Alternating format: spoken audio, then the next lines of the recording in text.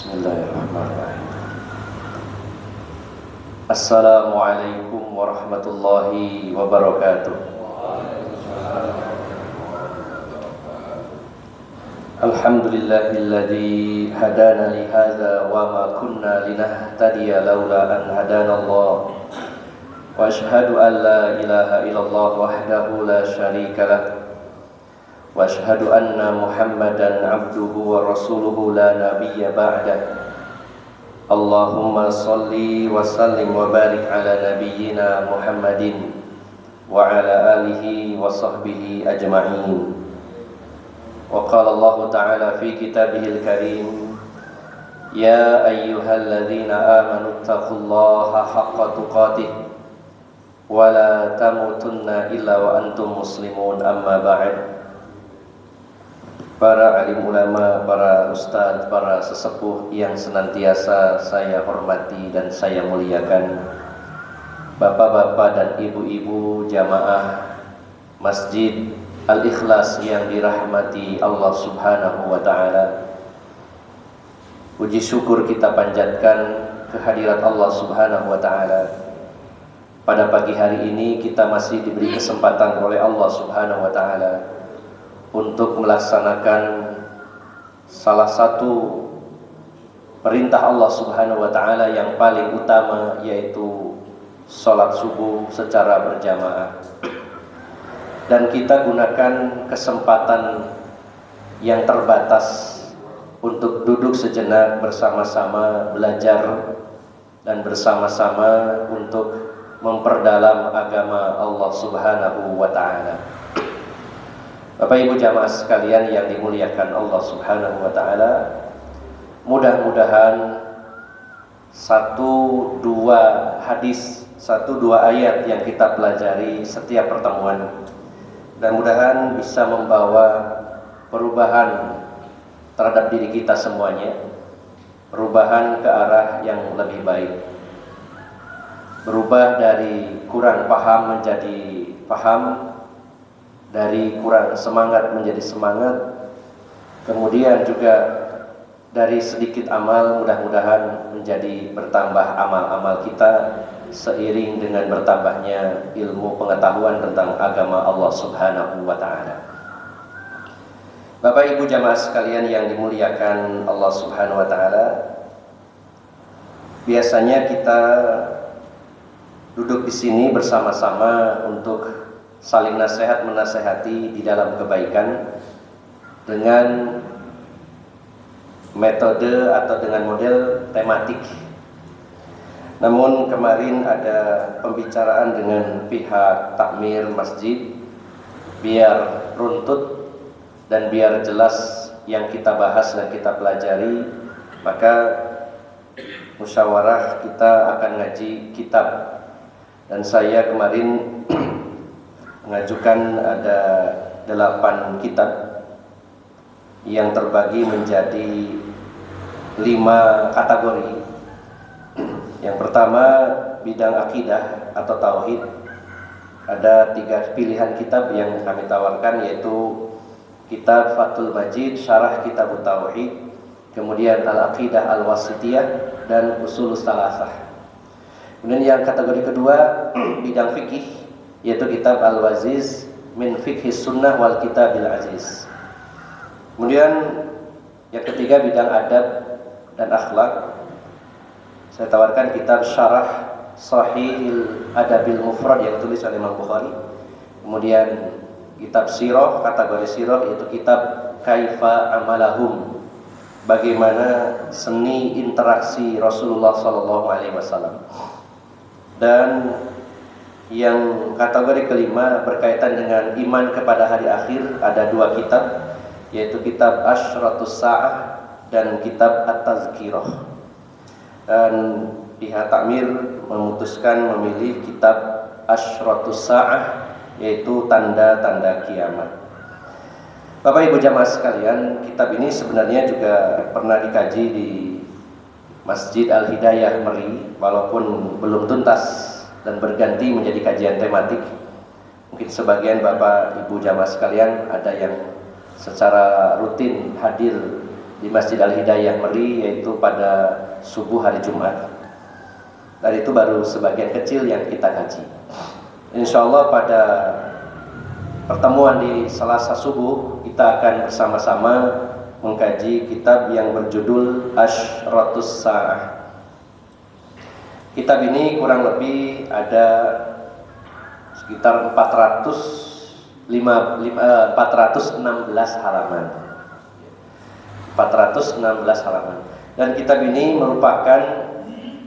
awalnya merupakan disertasi, ya, disertasi dari Syekh Yusuf bin Abdullah Al-Wabil ketika beliau mengambil pendidikan S2, pasca sarjana S2 di Mekah, ya, di Universitas Mekah. Beliau mengambil judul disertasinya adalah Asyratus Sa'ah. Beliau melakukan riset, penelitian secara mendalam terhadap dalil-dalil yang berkaitan dengan tanda-tanda kiamat yang kecil maupun yang besar. Tentu sebuah disertasi adalah sebuah tulisan yang ilmiah melalui suatu metodologi yang mendalam pastinya untuk membuat atau menghasilkan sebuah karya yang ilmiah. Maka beliau melakukan pengkajian secara mendalam, penelitian terhadap dalil-dalil yang berkaitan dengan tanda-tanda kiamat. Dan beliau tentu ajukan kepada para pakar di bidangnya, pada para guru besar di bidangnya untuk diteliti dan ditelaah bagaimana tentang karya tulis atau disertasi yang beliau buat. Dan setelah lolos dari seleksi dan dari uji, maka disertasi itu dijadikan sebuah kitab yang berjudul Asyratus Sa'ah. Yang luar biasa, ini satu kitab yang cukup menarik. Setelah saya membandingkan dengan kitab pendahulunya, yaitu kitab Al-Bidayah wan Nihayah yang ditulis oleh Imam Ibnu Katsir rahimahullah, terutama dalam subbab Kitabul Fitan wal Malahib, yaitu kitab tentang perang-perang dan fitnah-fitnah di akhir zaman, di mana kitab ini Asyratus Sa'ah lebih fokus kepada pembahasan terutama berkaitan dengan tahrij hadis, artinya pembahasan seputar hadis-hadis yang bertebaran di tengah-tengah masyarakat yang berkaitan dengan tanda-tanda kiamat, di mana juga sebagian hadis-hadis tersebut adalah hadis-hadis yang dikritisi oleh para ulama karena sebagiannya adalah hadis-hadis dhaif, bahkan hadis maudhu atau hadis palsu. Karena pembahasan tentang akhir zaman begitu menarik, namun sangat disayangkan ada beberapa dai, beberapa ustadz yang menyampaikan hadis-hadis dhaif dan juga hadis-hadis palsu. Walaupun begitu menarik, namun apabila hadis itu adalah dhaif atau palsu, kita tidak yakin itu datangnya dari Rasulullah SAW. Maka dalam beberapa bab disinggung juga dalam kitab ini. Namun kitab ini sesuai dengan judulnya, yaitu lebih fokus kepada tanda-tanda kiamat. Yang beliau tulis di sini ada 56 tanda kecil dan 9 tanda besar. Ada 56 tanda kecil dan 9 tanda besar, yang insya Allah akan kita bahas satu persatu. Dan ini Bapak Ibu jamaah sekalian merupakan sebuah kebanggaan bagi kaum muslimin. Kebanggaan bagi kaum muslimin ketika kita sebagai kaum muslimin diberi bocoran oleh Allah Subhanahu wa taala melalui lisan Rasulullah sallallahu alaihi wasallam tentang perkara-perkara yang akan terjadi di masa mendatang. Kemarin saya singgung di mukadimah di Masjid An-Nur Munala bahwa berapa banyak orang yang datang ke peramal sampai membayar mahal hanya ingin mengetahui apa yang akan terjadi. Dan itu pun belum tentu benar. Bahkan itu pun justru terjatuh dalam kekufuran.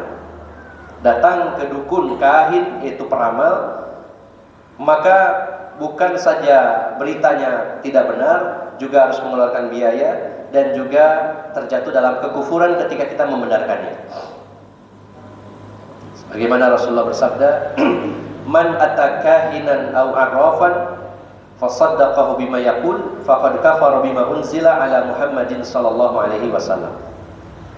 Barang siapa yang datang kepada kahin atau arraf. Kahin dukun peramal, arraf adalah dukun yang mencari barang-barang hilang. Mengklaim dirinya mengetahui barang-barang yang hilang.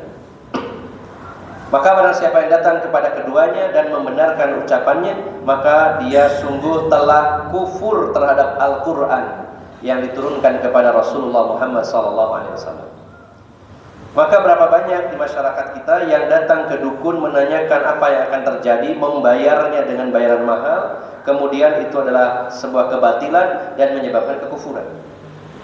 Sementara kita sebagai kaum muslimin diberitahu sebagian dari perkara-perkara gaib oleh Allah Subhanahu wa taala melalui Rasulullah sallallahu alaihi wasallam. Di mana perkara-perkara gaib itu adalah mutlak hanya diketahui oleh Allah Subhanahu wa taala. Dan Allah tidak beritahukan kepada siapapun kecuali kepada para rasul yang Allah ridhoi. Ini adalah rumus yang harus kita pegang, bahwa semua perkara gaib kita tidak tahu, hanya Allah yang tahu. Namun Allah beritahukan sebagiannya kepada para rasul yang Allah ridhoi. Allah berfirman, "Alimul ghaibi fala yuzhiru ala ghaibihi ahada illa man irtadha mir rasul." Allah yang mengetahui perkara-perkara gaib, dan Allah tidak beritahukan kepada siapapun, ahadun, kepada siapapun, tanpa terkecuali. Allah tidak beritahukan perkara gaib itu kepada siapapun kecuali kepada para rasul yang Allah ridhoi. Salah satu perkara gaib itu adalah tentang berita masa mendatang atau masa depan. Tidak ada yang mengetahuinya kecuali Allah, dan Allah beritahukan sebagiannya kepada Rasulullah SAW. Lalu Rasulullah menyampaikannya kepada kita. Maka ini sebuah anugerah bagi kaum muslimin. Kita diberitahu tentang apa yang akan terjadi di masa mendatang, dan apa yang diberitahukan itu begitu banyak oleh Rasulullah SAW dari wahyu Allah Subhanahu wa ta'ala.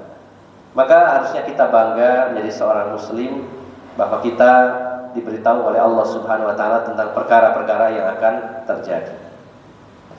Kemudian Bapak Ibu jamaah sekalian yang dimuliakan Allah Subhanahu wa ta'ala, di bab yang pertama, sebelum membahas tentang tanda-tanda kiamat, dalam pembahasan yang awal, al-mabhasul awal, bab pertama, ahammiyatul imani bil yaumil akhir wa atharuhu ala sulukil insan.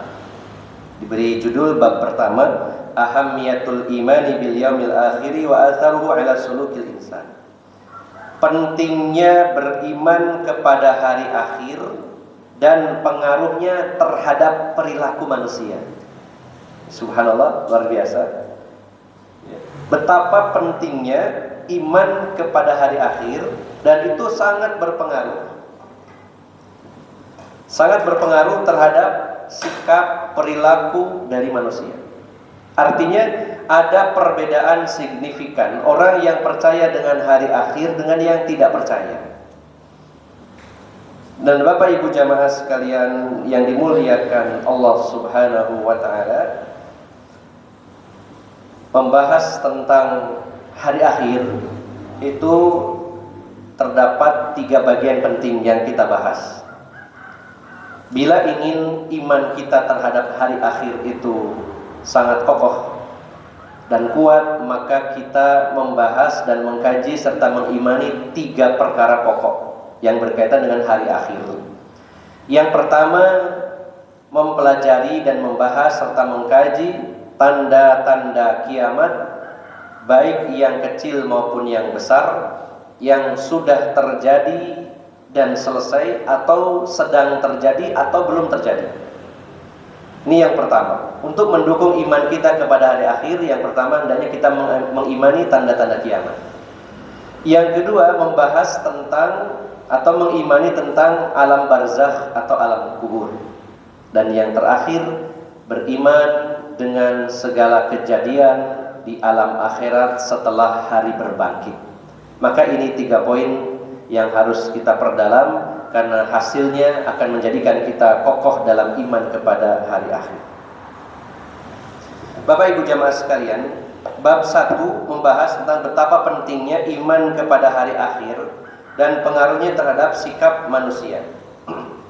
Mungkin kalau saya baca dari baris ke baris memang cukup panjang, dan ini tentunya dalam kajian kuliah subuh kurang tepat, sehingga saya berusaha untuk merangkumnya dan menyampaikannya secara singkat, dan mudah-mudahan bisa dengan mudah kita pahami dan kita amalkan. Namun saya kutip 1 penggal 2 penggal supaya jelas arah yang kita bahas. Al-imanu bil yaumil akhiri ruknun min arkanil iman wa aqidatun min aqaidil islamil asasiyah. Fa inna qadiyatal ba'tsi bid daril akhirati hiya allati yaqumu 'alaiha bina'ul aqidah ba'da qadiyatu wahdaniyatullah ta'ala. Iman kepada hari akhir merupakan salah satu rukun dari rukun iman. Rukun adalah sesuatu yang harus ada. Secara bahasa, rukun adalah sesuatu yang harus ada. Biasanya kita mendengar istilah syarat dan rukun. Kalau syarat, sesuatu yang harus ada sebelum proses. Kalau rukun adalah sesuatu yang ada pada saat proses. Syarat sah sholat berarti harus ada sebelum sholat itu dilaksanakan. Contohnya syaratnya adalah 1 harus suci dari hadas besar dan kecil, kemudian suci dari najis baik di pakaian, badan maupun tempat. Ini merupakan syarat. Kemudian syaratnya berikutnya adalah menghadap ke arah kiblat, ya, dan seterusnya. Lalu rukun adalah sesuatu yang ada dalam prosesnya. Contohnya ada niat, kemudian takbiratul ihram, al-fatihah, kemudian ruku dan seterusnya. Maka rukun iman adalah sesuatu yang harus ada dan kita yakini dari iman. Bila salah satu dari rukun iman itu tidak kita imani dan tidak yakini, maka jatuhlah kita dalam kekufuran dan termasuk orang yang tidak beriman, walaupun salah satu. Jadi kita tidak bisa menganggap enteng bahwa rukun iman kan 6, tidak apa-apa imannya cuma yang 5, yang 1 tidak. 1 saja kita tidak percayai dan kita tidak imani, maka gugurlah keimanan kita seluruhnya. Rukun iman misalkan iman kepada Allah. Bagaimana kita tidak iman kepada Allah? Kalau hilang iman ini, ya hilang semuanya. Iman kepada Allah tapi tidak beriman adanya malaikat, berarti kita kufur dengan Al-Quran, dengan hadis-hadis Nabi SAW, mengingkari Al-Quran yang menjelaskan tentang malaikat-malaikat, menjelaskan tentang hakikat malaikat-malaikat. Kemudian misalkan iman kepada Allah, kepada malaikatnya, tapi tidak beriman kepada kitab-kitab suci, sama juga. Termasuk bila kita tidak beriman dengan adanya alam akhirat, dan salah satunya tidak beriman dengan adanya tanda-tanda kiamat, berarti menggugurkan keimanan kita. Maka ini sangat penting, termasuk rukun dari rukun-rukun iman. Dan iman kepada hari akhir merupakan aqidatun min aqaidil Islam ala asasiyah. Iman kepada hari akhir termasuk keyakinan dari keyakinan Islam yang sangat fundamentalis, asasiyah, yang pokok. Iman kepada hari akhir adalah akidah Islam yang sangat pokok. Jika hilang, maka hilanglah iman kita. Maka tegaknya akidah kita adalah dengan tegaknya iman kepada hari akhir. Kemudian wal imanu bima fil yaumil akhir wa alamatuhu minal imani bil ghaib alladhi la yudrikuhul aql wa la sabilun lima'rifatihi illa bin nasi an tariqil wahyu. Iman dengan hari akhir dan tanda-tandanya merupakan iman terhadap perkara gaib Yang pertama tadi termasuk rukun iman. Yang kedua, kenapa iman kepada hari akhir itu penting? Karena iman kepada hari akhir termasuk iman kepada perkara gaib, di mana sifat dari orang-orang bertakwa, orang-orang beriman adalah yu'minuna bil ghaib, beriman kepada yang gaib. Maka iman kepada hari akhir dan tanda-tandanya merupakan iman kepada yang gaib, yang mana akal tidak sampai mengetahuinya, ya, dan tidak ada jalan untuk mengetahuinya kecuali dengan nas, dengan dalil, melalui jalan wahyu. Seperti yang saya sampaikan di awal, bahwa iman kepada hari akhir adalah perkara gaib yang tidak bisa diakal-akali, dijangkau dengan akal, namun dengan nas, dengan dalil. Maka Bapak Ibu jamaah sekalian, kalau ada di tengah-tengah kehidupan kita sesuatu yang tidak masuk akal, maka pilihannya adalah kalau tidak masuk akal, kemudian ada dalilnya, maka kita percaya. Oh, ini gak masuk akal, tapi ada dalilnya, ya kita percaya. Tapi kalau tidak masuk akal, dalilnya gak ada, ya kita tolak. Ini simpel sekali sebenarnya.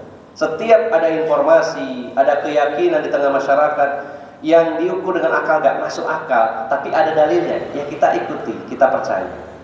Tapi kalau tidak masuk akal, di luar nalar manusia, kemudian tidak ada dalil yang menguatkannya, ya kita tidak percaya. Maka simpel ya, dalam akidah Islam, ajaran-ajaran dalam Islam adalah mudah. Inna dina yusrun, agama itu mudah. Memang perkara gaib kita tidak mengetahuinya, akal tidak nyampe. Kita membahas tentang malaikat, ya. Belum sampai akal kita bagaimana alam malaikat secara detail. Seandainya tidak ada dalil yang menjelaskannya, kita juga tidak tahu. Karena alamnya alam yang berbeda, yang tidak bisa kita pelajari seandainya nggak ada dalil. Kita tahu malaikat Jibril, malaikat Mikail, Israfil dan lain-lain dengan tugas-tugasnya. Seandainya tidak ada wahyu, tidak ada dalil, kita tidak tahu apa-apa. Itulah perkara gaib. Kalau kita mempelajari dunia binatang, kan tinggal ditangkap hewannya, hidupnya di mana, sejarahnya gimana, ini karakternya bagaimana, makanannya apa, kemudian umurnya berapa lama dan sebagainya, cara kawinnya, semua bisa dipelajari. Tapi bagaimana mempelajari malaikat? Kita mau eksperimen di mana? Nangkep malaikat di mana? Malaikat itu laki-laki apa perempuan, ya, suka makan apa tidak dan sebagainya. Seandainya tidak ada wahyu dari Al-Quran, dari hadis Nabi, kita juga tidak tahu sama sekali. Itulah yang dimaksud perkara gaib. Sehingga kita tidak akan mudah percaya dengan berita-berita gaib kecuali ada dalilnya.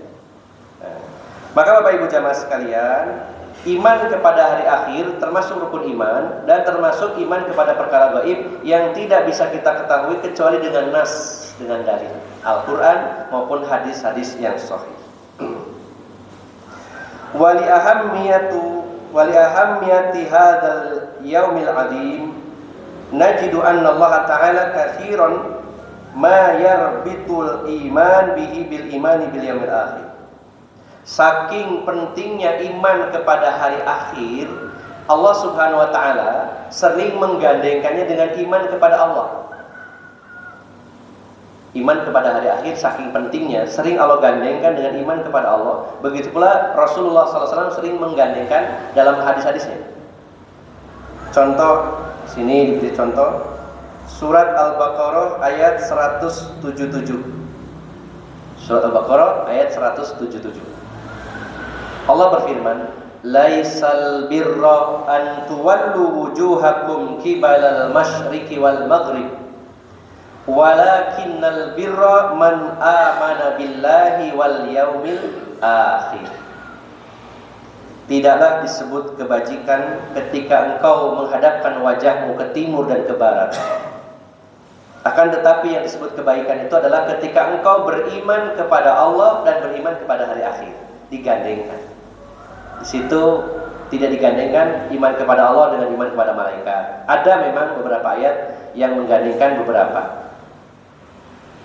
Seperti Allah nyatakan dalam surat Al-Baqarah yang lain, wal mu'minuna kullun amana billahi wa malaikatihi wa kutubihi wa rusulihi. Tapi yang banyak dalam ayat Al-Quran maupun dalam hadis Nabi menggandengkan iman kepada Allah dan hari akhir. Ini menunjukkan pentingnya iman pada hari akhir. Contoh lagi dalam surat At-Tolaq ayat 2. Allah berfirman, "Dzalikum yu'adu bihi man kana yu'minu billahi wal yawmil akhir." Yang demikian itu sebagai nasihat bagi siapa saja yang beriman kepada Allah dan hari akhir. Dan masih banyak ayat-ayat yang lainnya, termasuk dalam hadis Nabi yang terkenal, hadis riwayat Bukhari dan Muslim. Rasulullah bersabda, "Man kana yu'minu billahi wal yawmil akhir falyaqul khairan aw liyasmut. Wa man kana yu'minu billahi wal yawmil akhir falyukrim dhaifahu." Memuliakan tamu. "Wa man kana yu'minu billahi wal yawmil akhir falyukrim jarahu." Sehingga kesimpulannya Bapak Ibu jamaah sekalian, Allah dan Rasulnya tidak mengaitkan iman kepada hari akhir dengan iman kepada Allah kalau itu tidak penting. Sangat-sangat urgent dan sangat-sangat penting sampai-sampai digandengkan dengan iman kepada Allah Subhanahu wa ta'ala. Bapak Ibu jamaah sekalian yang dirahmati Allah Subhanahu wa ta'ala, maka orang yang percaya dan beriman dengan hari akhir dengan yang tidak, tentu ada perbedaan yang sangat signifikan. Ketika seseorang tidak percaya dengan adanya akhirat, berarti dia tidak percaya surga, tidak percaya neraka, sehingga dia tidak akan berusaha mengamalkan amalan ahli surga, dan dia tidak peduli apakah dia mengamalkan amalan ahli neraka atau tidak. Ini rusaknya luar biasa. Seandainya ada orang nggak iman dengan hari akhir, tidak beriman dengan adanya alam kubur, tidak beriman dengan adanya hisab, catatan amal, adanya jembatan sirat, adanya surga, adanya neraka, pasti rusak manusia. Sementara kaum muslimin, kita semuanya percaya dengan adanya akhirat, sehingga efeknya juga dampaknya besar dalam kehidupan kita sehari-hari. Karena kita yakin ada surga, kita berusaha meraihnya, kita beramal dengan amalan surga. Kalau kita ditanya, kenapa Anda ini melaksanakan sholat? Ada kaitannya dengan kepercayaan kita kepada hari akhir. Saya sholat karena yang pertama ini perintah Allah, saya percaya adanya Allah dan saya yakin ini perintah Allah. Yang kedua, saya berharap dengan sholat ini dapat pahala. Pahalanya kapan? Nanti Pak, di akhirat, bukan di dunia. Dan ini butuh keimanan Bapak Ibu jamaah sekalian. Kemudian juga pengaruhnya adalah ketika orang itu percaya dengan alam akhirat dan meyakini akhirat adalah kehidupan yang sebenarnya, dia dalam menjalani kehidupan dunia ini sekedarnya, tidak terlalu ambil pusing. Ketika dia ditakdirkan jadi orang yang penuh dengan kesenangan, dia berpikir ini cuma sementara, habis ini saya tinggal. Sehingga dia tidak melampaui batas.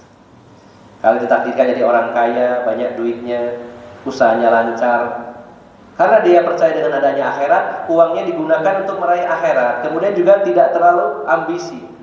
Walau toh juga ini habis ini saya tinggalkan, kenapa saya harus terlalu ambisi? Begitu pula kalau ditakdirkan hidup susah, kalau percaya akhirat, tidak terlalu menderita. Nggak apa-apa wis melarat, sorok, akeh utangnya, ya, mudah-mudahan bisa bayar, mudah-mudahan nanti di kehidupan akhirat saya masuk surga dan tidak kekurangan sesuatu apapun. Jadi ada harapan. Ini salah satu pengaruh percaya kepada adanya alam akhirat. Dan tentunya juga akan mengokohkan seseorang ketika diuji, Masya Allah. Karena percaya dengan adanya pahala dan kebaikan-kebaikan dari Allah Subhanahu wa ta'ala. Maka Bapak Ibu jamaah sekalian yang dimuliakan Allah Subhanahu wa ta'ala, kita bedakan dengan hewan, dengan binatang. Ketika mereka tidak percaya adanya alam akhirat, akalnya tidak ada, maka mereka hidup ya seadanya, mereka hidup asal-asalan. Beda dengan manusia yang percaya dengan ada alam akhirat. Maka oleh karena itu Bapak Ibu jamaah sekalian, kita perlu mengupayakan bagaimana caranya agar kita memiliki iman yang kokoh terhadap iman hari akhir, pada hari akhir. Semakin kuat iman kita terhadap hari akhir, semakin baik efeknya. Dan semakin lemah iman kita kepada hari akhir, semakin buruk juga efeknya. Maka salah satu upaya kita untuk mempertebal iman terhadap hari akhir, salah satunya adalah dengan mempelajari tanda-tanda kiamat, yang mudah-mudahan itu semua akan menjadi kebaikan bagi kita semuanya.